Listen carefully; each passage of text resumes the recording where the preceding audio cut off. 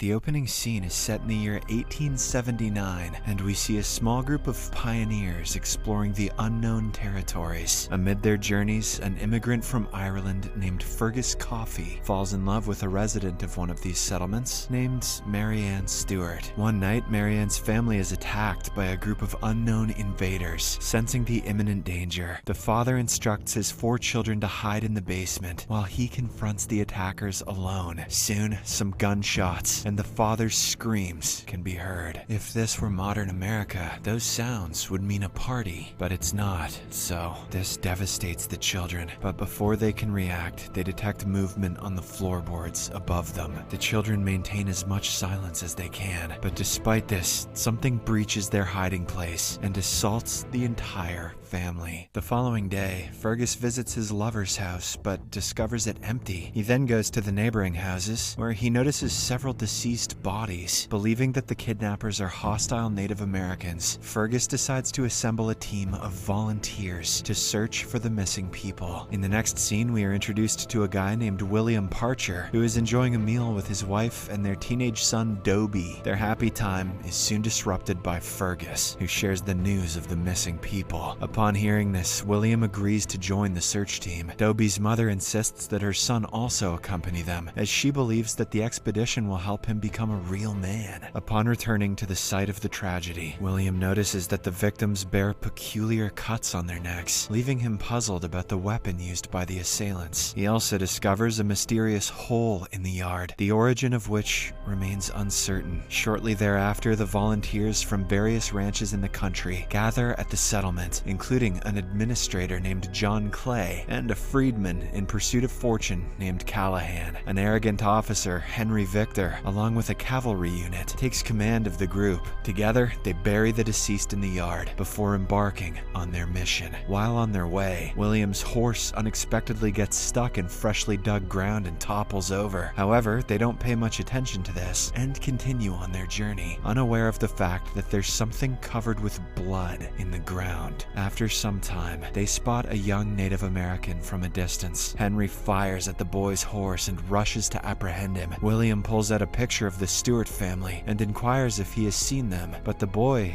doesn't utter a word. Seeing this reluctance, Henry binds him to the cart and orders his men to subject him to brutal torture, forcing him to reveal the information they need. The other members of the group don't seem to be happy with this cruelty, but they don't dare to oppose Henry or his men. Later, as the group gathers around a bonfire, Fergus and Callahan start conversing, sharing stories from their past lives. Through their conversation, we learn that Callahan works for Henry as a cook, while Fergus came here from New York because he couldn't work there. Fergus says that he came here with his sister, but she died on the way from tuberculosis. As night falls, Henry instructs 3 men to keep guard and shoot if anything seems amiss. Later, one of the guards detects suspicious movement in the field. As he goes to investigate, he is suddenly attacked by an unknown creature, resulting in his death. In the morning, Fergus wakes up and sees Henry in rage. When asked, William informs him that 4 of his men went missing last night. The group then turns to interrogate the Native American boy, who tells them about a species called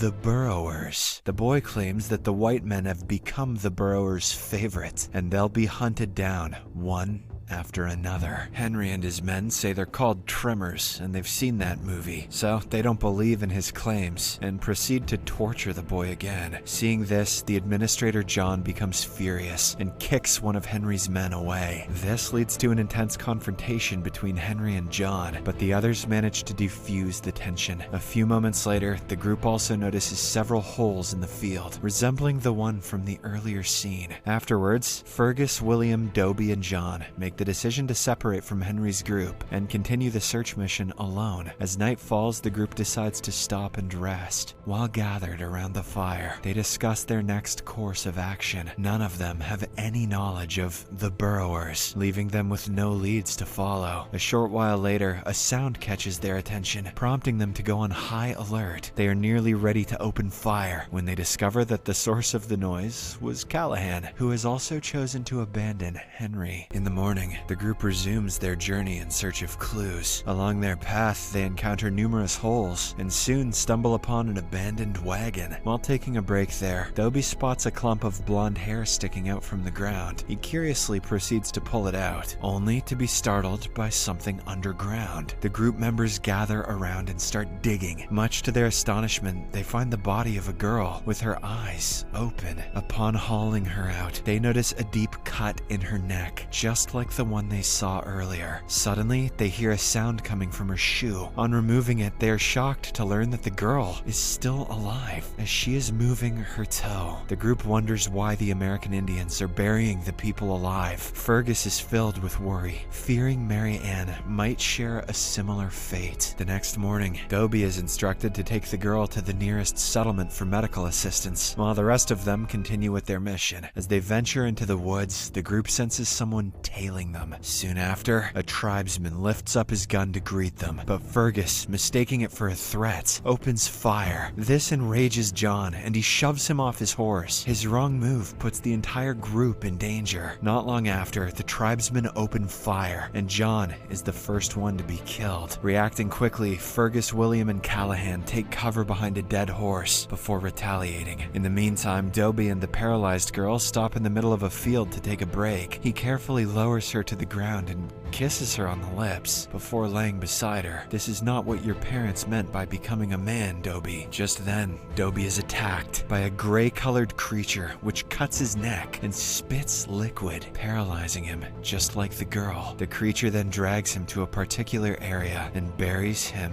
alive. Just like the girl, Dobie is able to see and hear, but he can do nothing except for moving his finger. Back in the woods, the trio stays hidden behind the horse until the situation cools down. During this, William notices some poisonous plants nearby and tells his friends to gather them. They set it all on fire and emit a poisonous gas. This finally frees them from the pursuers. Following this, the three of them continue their journey on horseback, despite their exhaustion. As darkness descends, the group stops by a location and lights a fire. William expresses his sorrow over the loss of their fallen comrade, while Fergus grapples with concerns about the brutality of the Native Americans. After a brief conversation, William volunteers to keep watch, allowing his two companions to rest. At midnight, Fergus is woken up by an unusual sound and is startled to discover his comrades missing. In response, he quickly grabs his firearm, taking precautionary measures. Shortly after, Callahan returns to the campfire and informs Fergus that William is nowhere to be found. Suddenly, they hear him screaming, so Fergus throws burning wood towards the same direction. They then spot William desperately trying to fight some gray creatures with huge mouths and countless fangs. In a quick response, Callahan aims at the creature and shoots, scaring them off and rescuing William. However, the confrontation has caused William to suffer from a cut on his neck, just like the other victims. As a consequence, he slowly starts to lose sensation in his limbs. Realizing that it's not safe to stop, the group continues their journey on their horses, even in the darkness. While they ride, William asks Fergus to give Dobie's mother the cross in case anything happens to him. After riding the whole day, the trio spots a distant fire and moves towards it. There, they meet a Native American woman and ask what she's doing. The woman responds in her native language, only understood by William. She promptly recognizes a cut on his neck and tells him that the burrowers will come back for him. When they ask more about the species, she tells them the detailed story all about it. According to her, the burrowers previously used to feed on buffaloes, but when Native Americans began consuming buffalo meat, the burrowers turned to hunting humans. She explains that the burrowers firstly poison their prey and bury them to decompose. Once the blood thickens and the organs soften, they return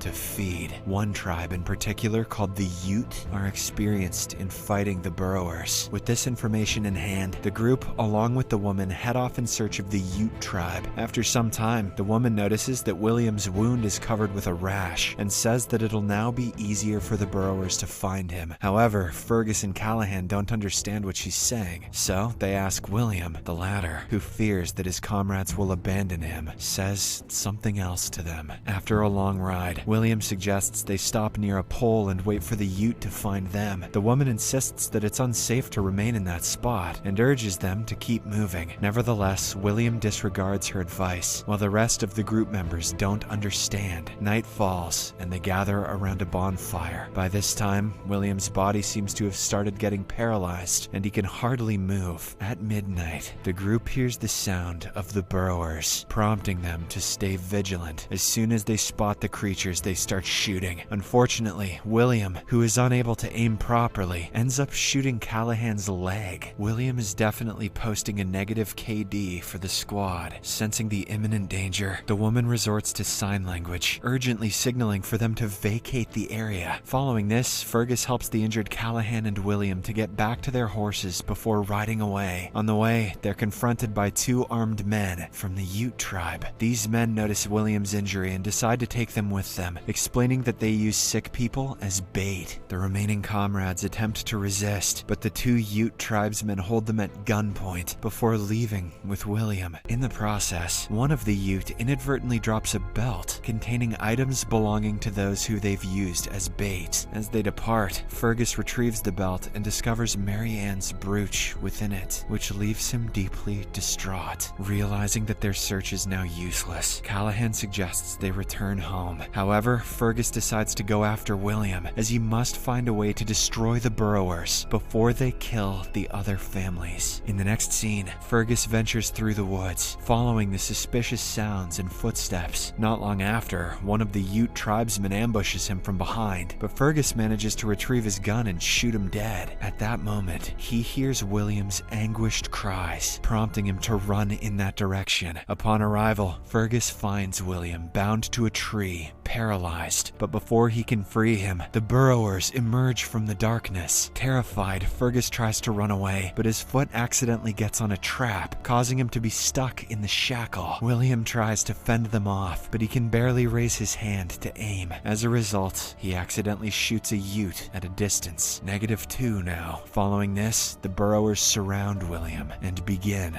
to feed on him. Shortly after, one of the burrowers notices Fergus and slowly advances toward him. Fergus desperately tries to free his leg, but to no avail. He crawls backward, nearly triggering another trap set nearby. Seeing this, he throws the trap at the creature and finally frees himself. He then notices the other burrowers lying motionless on the ground. Here, it's revealed that the Ute had given certain drugs to William, and feeding on him made the creatures fall unconscious. After this, the Ute points towards a set of spears, which Fergus uses to impale all the creatures. Despite his efforts, the creatures do not die, which makes him believe that it didn't work out. A short while later, the sun rises, and its rays finally burn the burrowers to death. In the aftermath, Fergus brings the wounded Ute tribesmen to where Callahan and the women are resting. Fergus recounts the entire incident to Callahan and emphasizes the importance of keeping the Ute alive, or else the secret ingredient of the drug will go with him. Following this, Fergus decides to go to the nearest settlement in search of a doctor, leaving the three of them behind. In the next scene, Fergus returns to Callahan and the others with a doctor. Surprisingly, Henry and his men have already arrived there before him. He also witnesses a grim sight. Henry has hanged the Ute tribesman and the woman to death without knowing the actual truth. Henry warmly greets his old acquaintance and boasts his accomplishments. When Fergus inquires about Callahan, Henry claims that he succumbed to his injuries. Henry, who still believes that the American Indians are behind all this, vows to execute all of them. Faced with this devastating failure, Fergus departs from the camp without saying a word. Subscribe for more videos like this, turn on notifications, and leave a like to help the channel out. Thank you for watching.